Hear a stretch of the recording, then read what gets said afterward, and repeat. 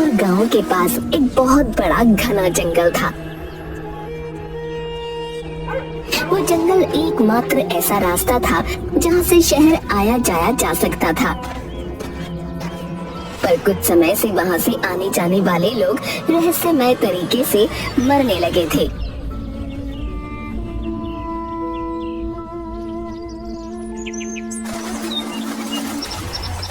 अरे चंदन, तूने सुना? चंदनपुर गांव का जुगनू पिछले 4 दिन पहले शहर गया था, पर उसका अभी तक कोई ठिकाना ही नहीं है। हाँ, आजकल तो जंगल में कोई भी जाता वापस फिर नहीं आता। अब जाने कौन सी आफत आने वाली है। ऐसा तो नहीं कि जंगल में कोई जंगली जानवर आ गया है?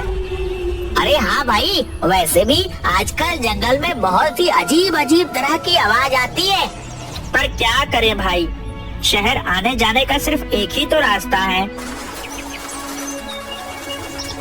एक दिन रतन अपनी साइकिल से शहर अपने काम पर जा रहा था। बस किसी तरह जंगल का रास्ता निकल जाए, जल्दी चल रतन जल्दी। तभी उसे एक जंगली जानवर की आवाज सुनाई दी।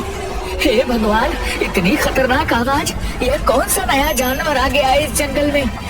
चल रतन बेटा चल, जल्दी जल्दी जंगल से बाहर निकल ले। फिर रतन अपनी साइकिल को और तेज चलाकर जाने लगता है, पर अचानक उसकी साइकिल की चेन उतर जाती है। वो साइकिल को ठीक करने के लिए उतरता है। अब जल्दी जल्दी साइकिल को ठीक कर लेता हूँ, नहीं तो जाने वाला जानवर मेरा क्या हाल करेगा। वो साइकिल को ठीक करता है। उसी वक्त पीछे से कोई आकर पकड़कर उसके कंधे से उसका सारा खून पी जाता है। पास से बसंत और चंदन गुजरते हैं। रतन को देखकर बसंत और चंदन रतन के पास जाते हैं। अरे भाई, ये तो रतन है ना? हे भगवान, उस जानवर ने इसे भी मार डाला। फिर दोनों उसे उठाकर गांव ले जाते हैं।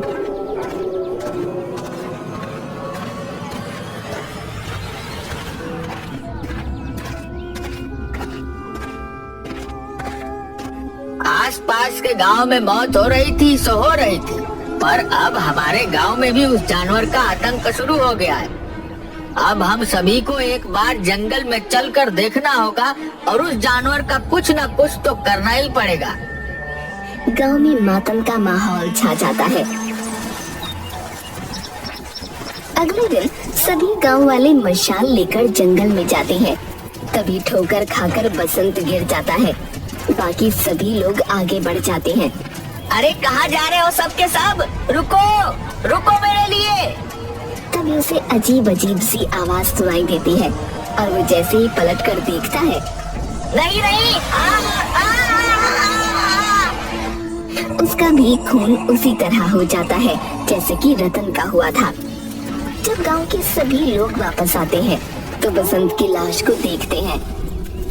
अरे यह क्या? बसंत बसंत, उठ जा बसंत भाई, उठ जाओ। अरे लगता है उस जानवर ने बसंत भाई को भी मार डाला। हे भगवान, ये कौन सा जानवर होगा जो इतनी बेरहमी से इंसानों का खून पी जाता है? मुझे तो बहुत डर लग रहा है। फिर सभी लोग गांव चले जाते हैं।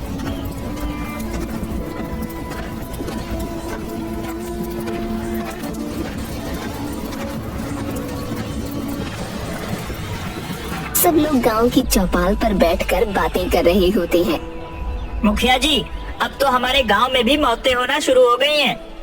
हाँ भाई, अब तो कुछ करना ही पड़ेगा, पर जब तक कोई रास्ता ना निकले तब तक जितना हो सके उस जंगल के रास्ते में मत जाना। अरे पर मुखिया जी, गांव से बाहर जाने का सिर्फ एक ही तो रास्ता है। ये तो ऐसा हो गया है मानो आगे कुआं और पीछे खाई। अगर शहर नहीं गए तो भूखे मर जाएंगे, और अगर गए तो वो जानवर हमें खा जाएगा। अब तो बस एक ही रास्ता है, हम सबको मिलकर उस जानवर को मारना पड़ेगा। अरे पर हम सब गए थे उस जानवर को ढूंढने, वह तो हमें मिला नहीं, और बसंत की जान गई वो अलग। तभी खून से लथपथ हालत में मंगलू वहाँ आता है। अरे मंगलू, ये तेरी हालत कैसे हुई? अरे नहीं नहीं भाई, वो कोई जानवर नहीं है। फिर कौन है? अगर कोई जानवर नहीं है तो बता मुझे, मैं अभी उसका छठी का दूध निकाल कर आता हूँ। अरे भाई, वो तेरा छठी सातु ये सभी का दूध निकाल देगा। क्या मतलब? अरे भाई, मैं शाम को शहर से गांव आ रहा था, तभी मेरे सामने एक विशालकाय दानव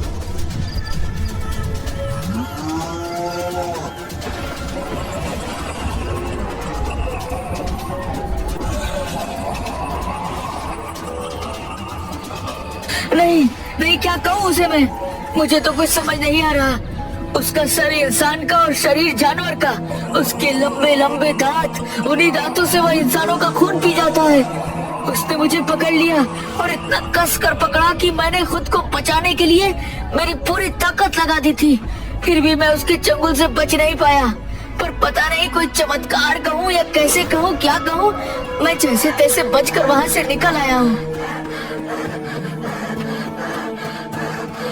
वो बहुत ही ताकतवर था, हाँ बहुत ही ज्यादा ताकतवर। तभी वहाँ पर एक पागल औरत आ जाती है जो चिल्लाती है, वो आ गया, वो फिर से आ गया, अब तुम सबको मार डालेगा, हम में से किसी को नहीं छोड़ेगा, कोई नहीं बचेगा, वो किसी को नहीं छोड़ेगा, हाँ तुम सब मरोगे, सबके सब मरोगे। ऐसा कहकर वहाँ से वो जाने लगती है और जोर जोर से हंसने लगती है।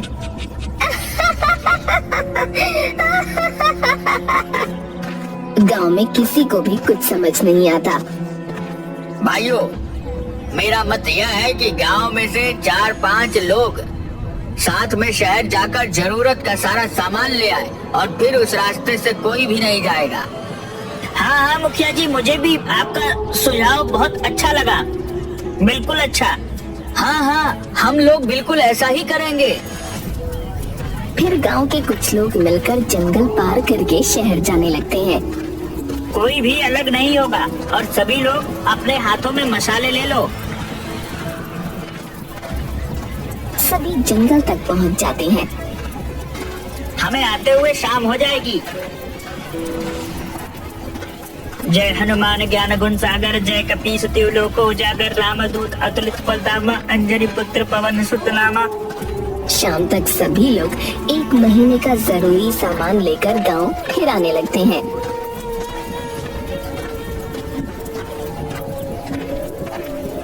आते समय सभी लोगों के सामने एक विशाल काय आदि मानव आकर खड़ा हो जाता है। अरे भाई, लगता है कि ये वही आदि मानव है जिसके बारे में मंगलू ने बताया था, जो सबका खून पी जाता है। अब हमें भी खा जाएगा। अरे घबराओ मत तुम सब, मैं हूँ ना, मैं देखता हूँ कि यह आदि मानव हम सब का क्या बिगाड़ेगा। तभी वो आदि मानव एक आदमी को पकड़ लेता है और उसका खून पीने लगता है। बाकी सभी लोग उस पर पत्थर मारने लगते हैं।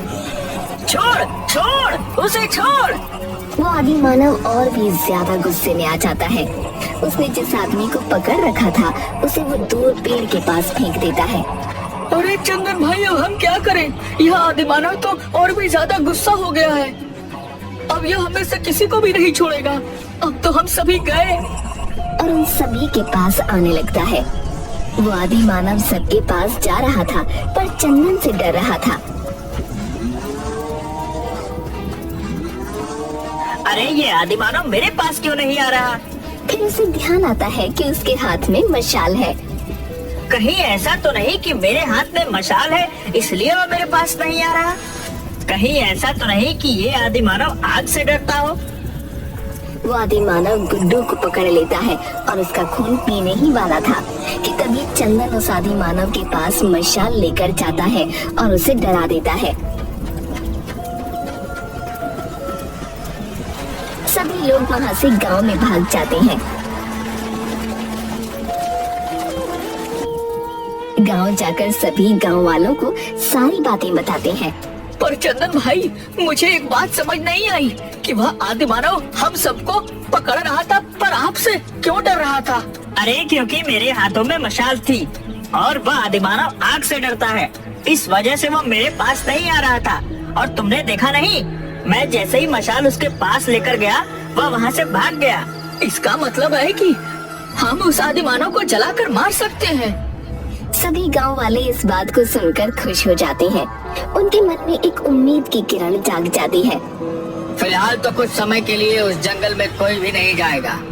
कुछ दिनों में हम कोई न कोई रास्ता जरूर निकाल लेंगे। चौपाल पर बैठकर सब लोग बातें कर रहे होते हैं। अरे भाई, तुम्हें आवाज सुनाई दी? हाँ भाई, ये तो उस आदिमानव की ही आवाज लग रही है। कहीं वो आदिमानव गांव में तो नहीं आ गया?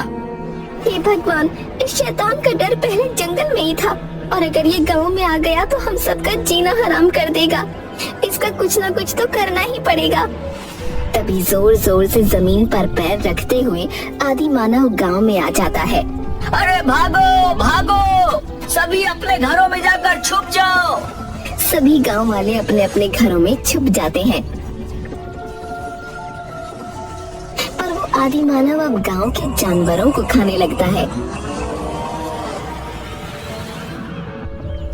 और सुबह होते ही गांव से चला जाता है। मुखिया जी, अब तो इस आदिमानव का कुछ न कुछ करना ही पड़ेगा, नहीं तो हम में से कोई भी जिंदा नहीं बचेगा। हाँ, तुम बिल्कुल सही कह रहे हो। अगली शाम को भाई चंदन, लगता है वो आदिमानव आज फिर आएगा। अब तो वह हमारे गांव के जानवरों को भी मार कर खा रहा है। अब वह हम में से किसी को भी नहीं छोड़ेगा। अरे गांव वालों, कब तक इस आदिमानव से भागोगे? एक दिन यह हम सबको खा लेगा। तभी एक पागल औरत वहाँ आ जाती है। हाँ, सही कह रहा है ये। कब तक भागोगे उस आदिमानव से? वर्षों पहले वो मेरे पिंकू को भी खा गया था। पर उस आदिमानव को हम मारेंगे कैसे? वो आग से डरता है। हाँ, उसे किसी तरह से आग से जला सकते हैं। फिर वो पागल औरत सभी गांव वालों को तरकीब बताती है। फिर सभी लोग मिलकर एक गड्ढा खोदने लगते हैं।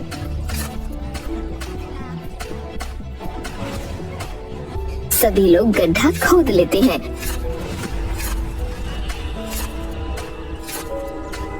और उस पर घास डालकर उसे ढक देते हैं। तभी फिर से आदिमानव गुर्राते हुए गांव में आता है।